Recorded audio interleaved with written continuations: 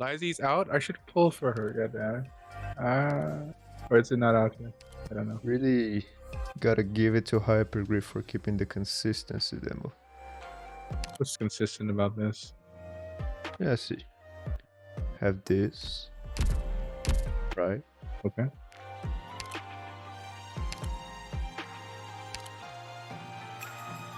Ah.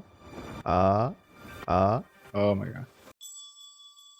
Leizi the Thunderbringer.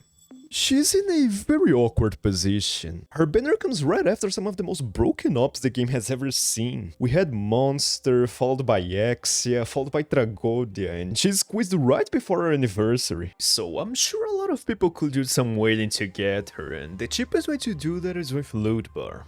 In there you can buy discounted gift cards for LOS on multiple regions. With a 24/7 customer service and a 7-day guarantee, they'll send the code to your email within just 3 minutes after purchase. That way you'll be able to buy one of the many packs available and pull for the characters you want, so if you're interested in Leizi for whatever reason but in a pinch for pulls, do give it a try with either the link in the description or the pinned comment for a 3% discount. That way you can save some money on your purchases and even be able to bypass regional restrictions if you live in a place where arknights isn't supported. The service also has a 4.9 score on Trustpilot as well as hundreds of 5-star reviews, so you don't need to worry about not getting your items. I'm very grateful to Loot Bar for sponsoring this video, and now let's get back to Leizi, who, like I just said, is on a pretty tough position after all these banners. So safe to say she has quite a lot to live up to, especially since she's on the same archetype as Mlynar, who is still one of the strongest DPSs in the game. And surprisingly enough, she kinda does live up to it. Leizi is not only comparable to Mlynar in terms of damage, but she also has a lot of utility inside her kit that pairs really well with some of the best ops in the game. So let's analyze her kit to see why she's so strong.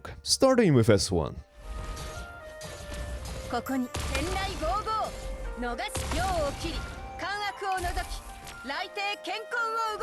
I mentioned that Leizi has really good utility, and a lot of that is located here. In fact, Leizi S1 is an anomaly between 6 stars. Usually it's S2 and or S3 that are the stronger skills in their kits. These are the ones you bring in most cases, especially for endgame content like the CC version of 7-18 you see now. And S1 is usually pretty decent AFK one with some simple effects. But in Leizi's case it's the opposite. Her S1 is unusually strong, so much so that you'll often see it used over her other skills in those endgame modes, which might be surprising given how simple it is. As you can see, it just increases her range, deals one hit with 355% of her attack in 3 different directions, and can hold 3 charges. Like I said, it's extremely simple, but there's actually a lot going on beneath all that simplicity. First we have the range expansion. It only extends it to her left, right and front side, but as you can see it's massive, giving Leizi 3 extra tiles for each direction, which gives her a lot of area coverage per activation, and allows her to reach enemies from very far away, which is very important to S1 because of talent use effects, mainly this one you see on screen. It makes Leizi also inflict frighten for 2 seconds to all mobs in range when using skills, so having such a massive extension lets her apply to very far away enemies, meaning you can use her as a frighten applier to keep her ops alive from a safe distance while also contributing with her own damage. This works because even though it only lasts for 2 seconds, S1 has a very low SP cost of 11 on top of having 3 charges it can store. So Leizi will usually be able to keep this all up until the mobs die, which would already be pretty good for an S1, but it gets even better when we add one specific op into the mix: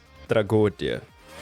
As most of you should know by now, he's a beast of crowd control, and his S3 specifically is amazing to lock down mobs in one place. But it does have a weakness against fast-hitting enemies, as well as a pretty long downtime where mobs can break free from it. And this is a case where Leizi S1 shines, since she can keep mobs locked by his cages in place for a long while, which buys time for Tragodia to get his S3 back. You can even throw some SP batteries in there to help them. But I would be lying if I said that's the main draw of this skill. Sure, it is very powerful, and the Tragodia plus Leizi stall has even been used in CC before, but something that's just as strong as her utility is this.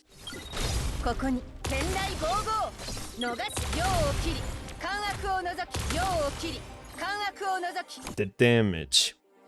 This golem has 3.9k defense. Even Wizardel needs to use all her ammo to kill him on S3, but Leizi manages to deal more damage per hit than her and almost kills it in just 3 skills. The reason for that is this portion of S1. I did say before that Leizi does one hit in 3 different directions, but that's not really how it works. When you use S1, Leizi will actually release 3 waves in 3 different directions, and each individual wave deals its own damage. Though since they all fly away from each other, it all looks like just one hit. But this is where S1 gets interesting. All the waves start on the same tile, the one right below Leizi, so since each one deals its own damage, if you have a mob right where the waves spawn, they'll be hit by all 3 at once, which does significantly more damage as you can see. And this is a good point to introduce Leizi's talent one. If Leizi was from any other archetype, its extra damage would be useless, because mobs would just be blocked instead of walking under her. But like I said before, she's from the same archetype as Mlynar, so her trait makes her have 0 block whenever no skills are active. And when you do activate S1, the frighten protects her from melee hits, since the 2 seconds are just enough to stop attacks while she returns to safety. But even compared to Mlynar, there's still one major difference, which has been kind of an elephant in the room throughout the video. She's flying.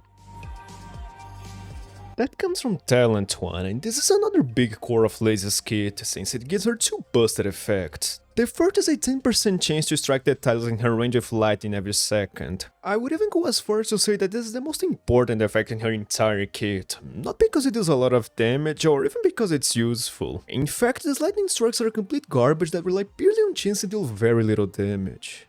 Look at Leizi though. Look at her and tell me she would have this much aura without them.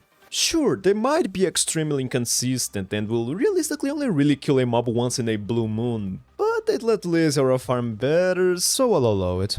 It's here that we get to the flying though, which also helps with the aura farming, but this time it's actually useful on field, because it's takeoff. So just like Contrail, Leizi will be untargetable by ground mobs. The only difference is that instead of it being on skill, it works when her skills aren't active. Which you can also use to your advantage by placing her in risky positions, since the only enemies that can hit her are also flying ones. It also has a very unique interaction with Entelechia's S2, since it usually can't hit aerial mobs, but since Leizi is in the air, the scythes will now hit drones while still being able to hit ground mobs. So you can have Leizi being unreachable to most mobs and only going down to slam someone flat, while Entelechia covers for her during downtime and against air. And this is the other way Leizi S1 can be used. Instead of just a stall machine, you can combo both the high damage together with the near invincibility while off skill, and have an adaptable DPS with an insane amount of damage per skill, while also being able to survive very harsh environments. But she does have some downsides, and the first is tied to her takeoff, since like I said, it lasts until you activate a skill, so she does become targetable for a few moments when using S1, which might be a pain to deal with if you're using her aggressively on the front line without any healers. This isn't an issue against melee mobs, since the frighten will cancel the attacks of blocked enemies, but like I just said, it only works if they're blocked, which means that range mobs around Leizi's drop zone will still hit her, so you do need to be mindful of her S1 casts when there's a lot of them.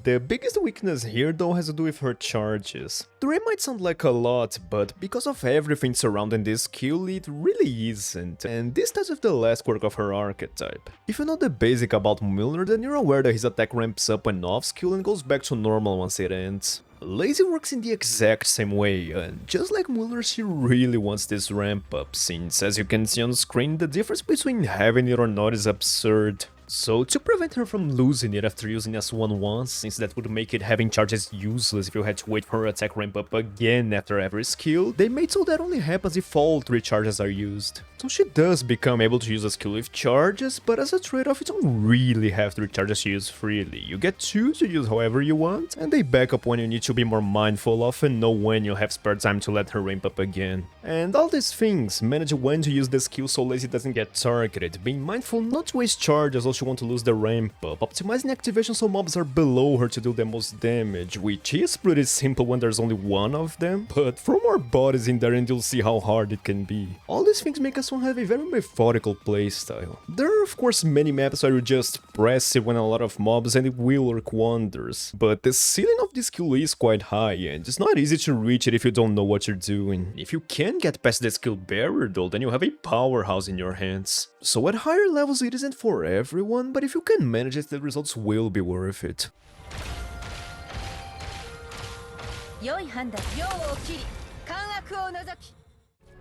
Can she kill them? I don't know. I don't even know what she does. Ah! Oh, it's this stupid thing that just doesn't go through walls. Next up we have skill 2. ここに天雷55逃しはしません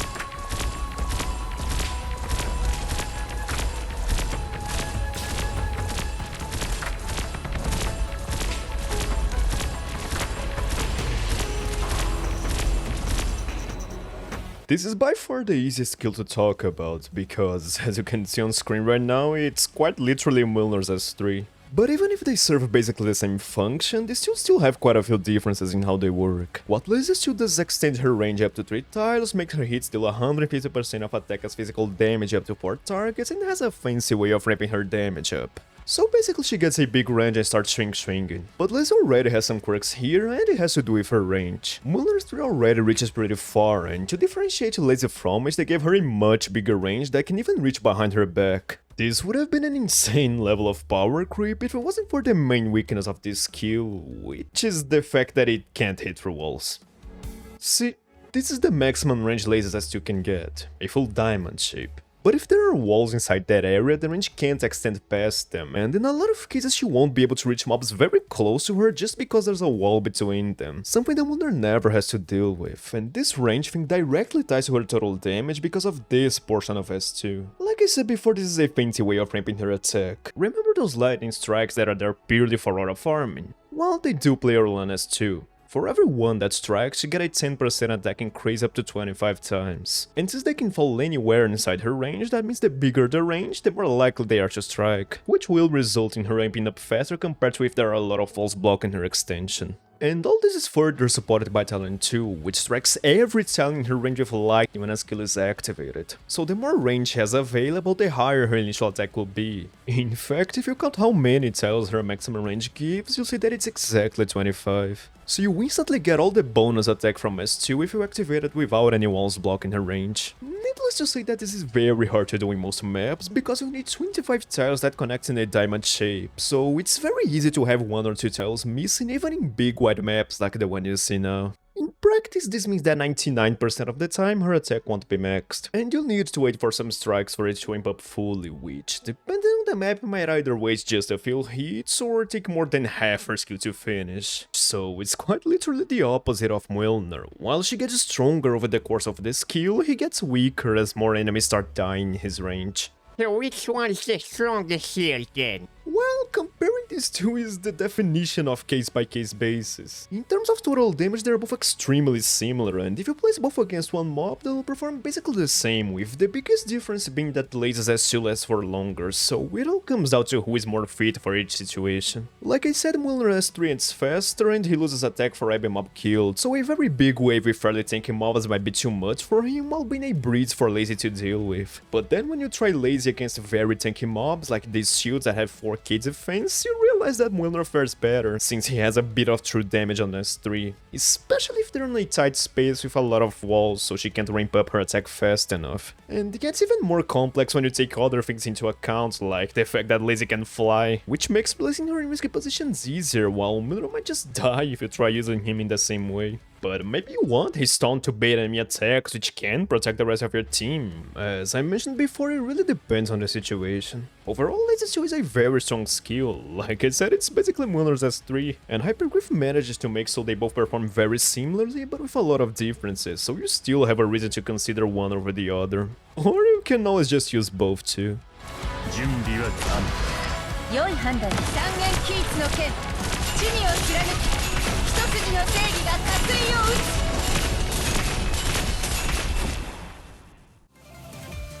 つ Why are we fighting this Russian bear again? Don't. What skill is this? Skill 3 demo. Can she kill? Depends what skill 3.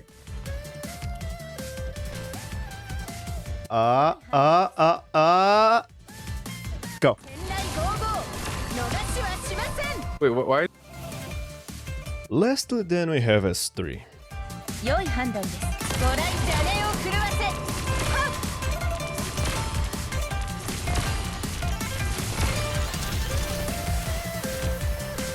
This is Leizi's weirdest skill for me to talk about, since it works in a very specific way, even more than S1 of its damage distribution or S2's whole range thing.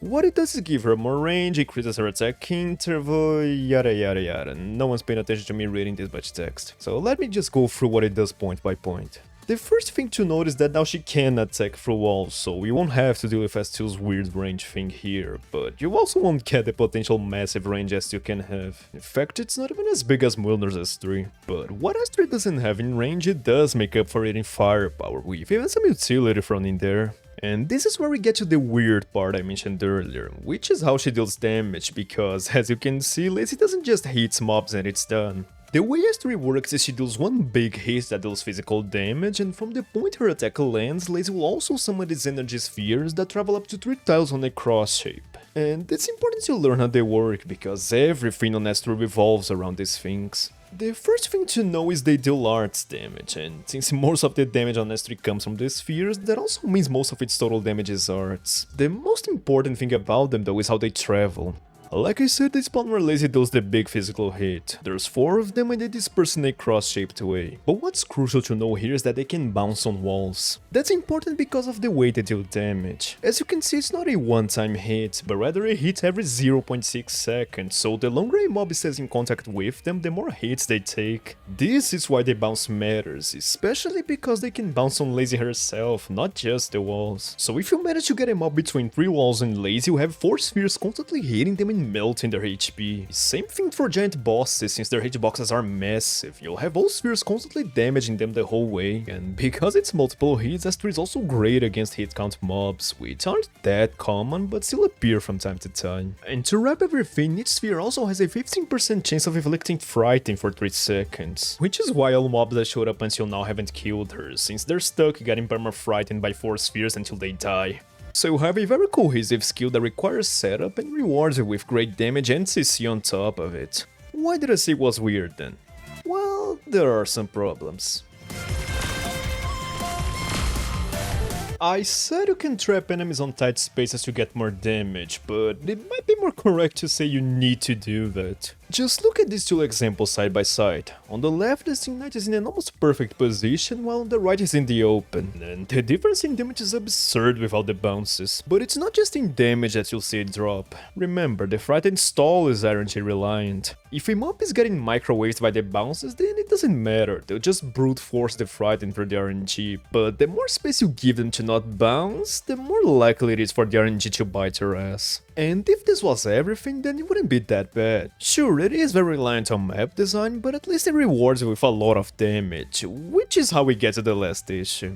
ご来邪礼を振るわせはっ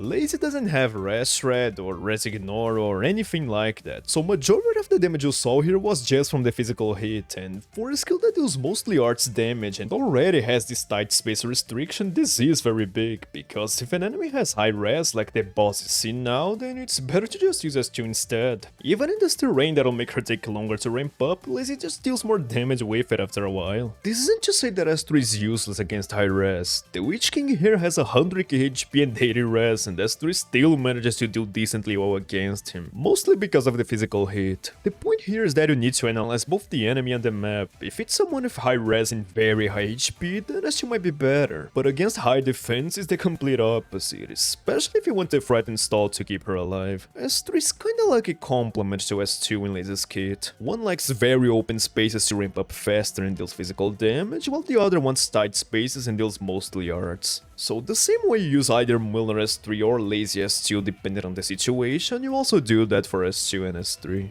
And just like Mlynar, Leizi also gets the Liberator mod X, which as you can see gives her 100% charge on deploy. That's the thing that ramps her attack up before you use skills. Something you'll notice when using Leizi is that her skills charge way before she finishes ramping up. You can see that here because her sword looks normal, but when the ramp up is done, it gets charged with lightning. Since she needs 200% to fully ramp up, the mods gives her half of that, so instead of having to wait ages after her skills are charged, it speeds up the process by a lot. And it actually makes so it lands perfectly with S2's initial SP, so you'll be able to use it immediately after it charges. The other thing it does is increase her attack to 113% on skill instead of the 107% she usually gets. This might sound small, but as you can see on screen, it makes a massive difference, increasing her final damage by 35% against Patriot when compared to a modless Leizi. It's quite literally stronger using Warframe buff, as you can see, which makes this mod a must for her. Overall, Leizi is an extremely well designed op. Every single one of her skills is useful and different on each other, and they did that while also giving us some very cool synergies, some that were even used in endgame as the optimal solution. And I don't know if it's because she's a Chinese character or if someone at Hypergive just has extremely good taste, but Leizi has been pretty damn relevant on some endgame modes, mostly with her S1. This is where I have to rain on her parade a bit though. Even with all these things going for her, I would still recommend most people skip Leizi. Not because she's bad, like I said, her kit is amazing and she has seen a lot of use, but most of that was on optimized endgame clears, and for everyday content she doesn't bring anything that crazy. Like I said, Mlynar can do her job very well in a lot of situations, and even if you don't have Mlynar, then there's the other issue I mentioned at the start of the video. We just had some of the best banners in the history of the game, and are about to get a limited a month from now, a collab a month or two after, and another insane limited banner no longer after that. It's an Escalon situation all over again. If you want Leizi because she sounds fun, you want to go hard on endgame, or you also have extremely good taste, then she's no doubt gonna be amazing for you. But if you don't really care about those things, then she is an easy skip. Comment what you think of Leizi though, leave a like and subscribe too while you're at it, and if you want to support me, get early access to videos, use emotes on my comments, get a channel badge, or even appear on a Mlynar special place, you can also consider becoming a member. I'll also think you're really cool if you do that. ここに三元キーツの剣地味を貫き一筋の正義が加水を打つ That's it then. Bye. 今後もこのように高い水準を維持してください。もちろんあなたを認めての言葉ですが、だからといって決して油断してはなりませんからね。